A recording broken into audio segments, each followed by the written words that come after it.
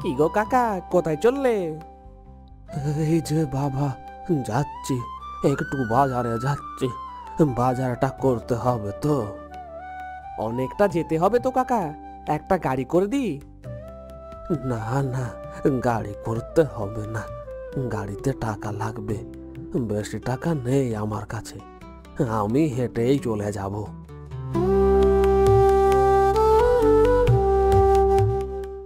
বুড়োটার কি কষ্ট, এমন সন্তান যেন কাউকে না দেয়। না, আমি এবার কাজে যাই।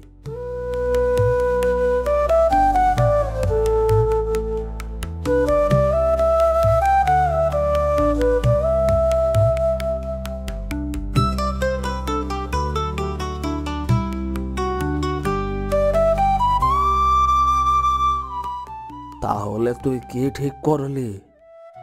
আমি এই গ্রামে থাকতে পারবো না বাবা, আমাকে শহরে যেতেই হবে। তাহলে আমরাও এক কাজ করি, সব কিছু বিক্রি করে তোর সাথে শহরে চলে যাই। শহরে গেলে হবে কি করে? আমি তোমাদের দুজনকে কিভাবে নিয়ে থাকবো? আমার পক্ষে সম্ভব নয় তোমাদের দুজনের দায়িত্ব নেওয়া। আমি এত টাকা ইনকাম করি না বাবা, আমি শহরে খুব কষ্টেই থাকি। তাহলে তুই চলে আয় এখানে।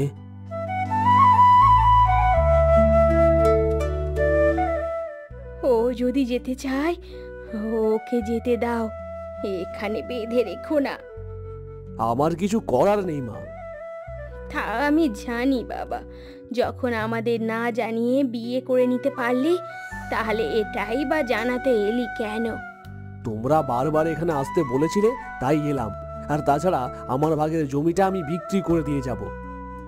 ও বুঝেছি, তাহলে জমি বিক্রি করতে এসেছিস, এটাই আসল উদ্দেশ্য। বল, তা কবে জমি বিক্রি হবে? আমাদের একেবারও জিজ্ঞাসা করলি না। আমার ভাগের জমি আমি তোমাকে জিজ্ঞাসা করব নাকি বিক্রি করবার জন্য?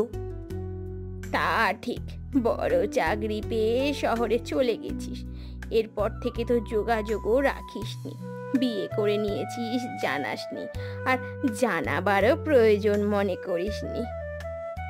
এতটা পরিবর্তন কি করে হয়ে গেল তোর? কিছুই পরিবর্তন হয়নি বাবা, পরিস্থিতি সবাইকে পরিবর্তন করতে বাধ্য করে।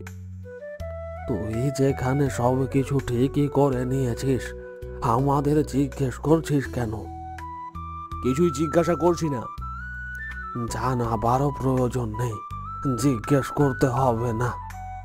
ঠিক আছে, আমি আসছি।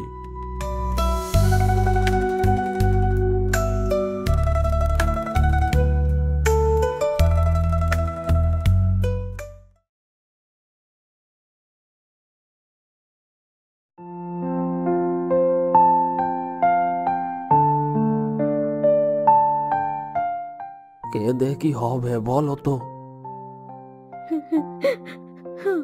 আমাদের বাবুটা এভাবে আমাদের পর করে দেবে ভাবতে পারিনি, একেবারও জানাবার প্রয়োজন মনে করেনি, একবারও বৌমাকে নিয়ে আসার প্রয়োজনও মনে করলো না, আবার বলে গেল সে আর এখানে আসবে না। তুমি আর কান্না করো না, শরীর খারাপ করবে। আর কান্না করে কি হবে, সবাই বড় হয়ে গেছে।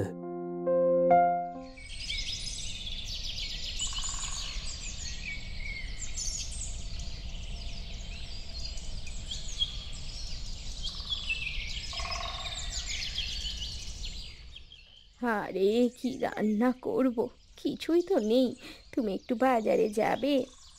বাজারে এত বেলায় কেন? সকালে বললে তো পারতে। আমি তো জানতামই না যে কিছুই নেই, তবে বেলাতে বাজারে যাওয়া ভালো, বেলাতে বাজারে গেলে সবজির দাম অনেক কম পড়বে। ঠিক আছে ঠিক আছে, আমি বাজারে যাচ্ছি।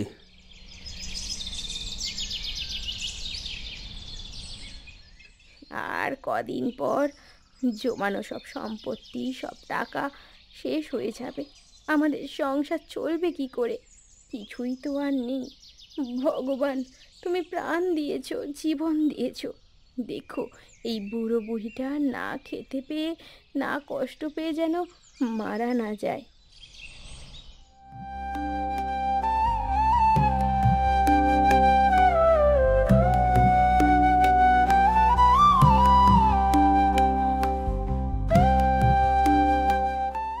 বাজারে সবজির কি দাম! কি খাবো? গিন্নি, সাবধানে রান্না করো, অনেক দাম সবজির। জানি গো, জানি, সবই জানি। কি গো, তোমার ব্যাপার কি? তুমি এভাবে মাথায় হাত দিয়ে বসে আছো কেন? একটা চিন্তা আমাকে ঘুমোতে দিচ্ছে না, শান্তি দিচ্ছে না। সব সঞ্চয় তো শেষ হতে যায়, এবার হ্যাঁ গো, আমিও তাই ভাবছি। এই একই চিন্তা আমারও মনে হচ্ছে। কদিন পর হাত ফাঁকা, তারপর তারপর কি হবে? ছেলেটাকে কি ফোন করে? একদম না, ওই ছেলের কথা মুখে আনবে না। না খেতে পেয়ে মরে যাবো, তবু ওই ছেলের কাছে হাত বাঁধবো না। তাহলে কি করবে শুনি? যা করার তাই করব। কিছু না করতে পারলে না খেতে পেয়ে মরে যাব, ভিক্ষা করে খাবো, কিন্তু ওই ছেলের কাছে হাত বাঁধবো না। তুমিও আর ওকে ফোন করবে না।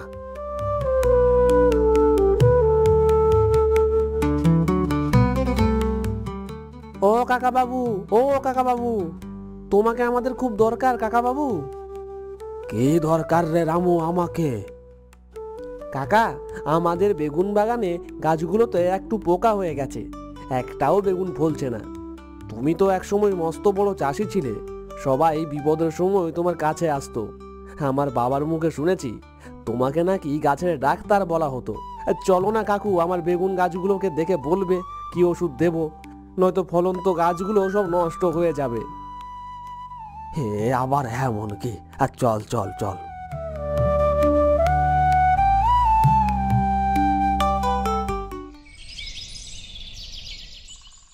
আরে এইসব ফসলে তো পোকা লেগেছে, আমি একটা কাগজে লিখে দিচ্ছি, তুই সেই সব ওষুধ স্প্রে করে দিবি।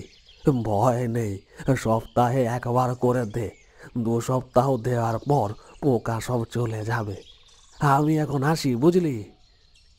ও কাকা, কাকা, তুমি তোমার প্রাপ্য টাকা নিয়ে যাও। টাকা? আর টাকা কিসের? এই যে তুমি সমাধান করে দিলে। হে আর এমন কি কাজ, তার জন্য আমাকে টাকা দিতে হবে? তুমি সমাধান বলে দিয়েছো, তুমি গাছের ডাক্তার, গাছের কোনো অসুখ সমাধানের জন্য তুমি বলে দিতে পারো, তার জন্য তোমাকে আমি পারিশ্রমিক দেব না? তুমি তো তোমার কাজ করছো কাকা। এই নাও, টাকাটা রাখো।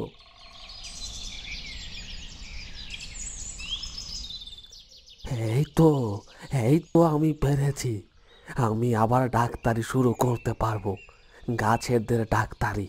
তাহলে আমার পরিবারটাও স্বাচ্ছন্দ্যে চলবে।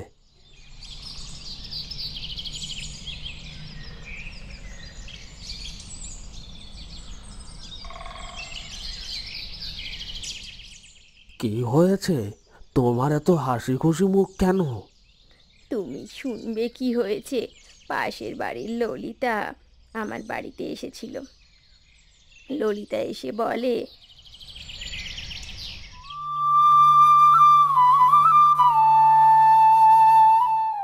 ও দিদা, একটু সাহায্য করলে খুব উপকার হয়। তুমি আমাকে একটু সাহায্য করবে? আমি কি পারবো মা? খুব করে পারবে। আমার সাথে বসে কয়েকদিনের কাজ শিখে যাবে, কিভাবে মালা গাঁথতে হয় সব জেনে যাবে। আমি অন্য কাউকে দিতে পারতাম, কিন্তু আমি জানি তোমরা একা থাকো তাই। সত্যি বলতে বাছা, আমাদের একটা কাজের দরকার, কিন্তু আমি কি পারবো? মাসি, আমরা আসলে মেয়ে মাসি, আমরা সব পারি। মাস গেলে 4 থেকে 5 হাজার টাকা লাভ হবে মাসি। আমাদের সংসারটা ভালোভাবে চলবে, আর কোনো কষ্ট হবে না। আমিও ভেবেছি আগের মতো চাষিদের সাথে ওঠা বসা করব, চাষিদের চাষ সম্পর্কে পরামর্শ দেব। ছোটবেলায় আমি গাছেদের ডাক্তার ছিলাম, গাছের অসুখ বিসুখ নিরীক্ষণ করে বলে দিতাম। এখনো তাই করব। আরে আরে তুমি টাকা কোথায় পেলে? আমার প্রথম রোজগার এই বুড়ো বয়সে।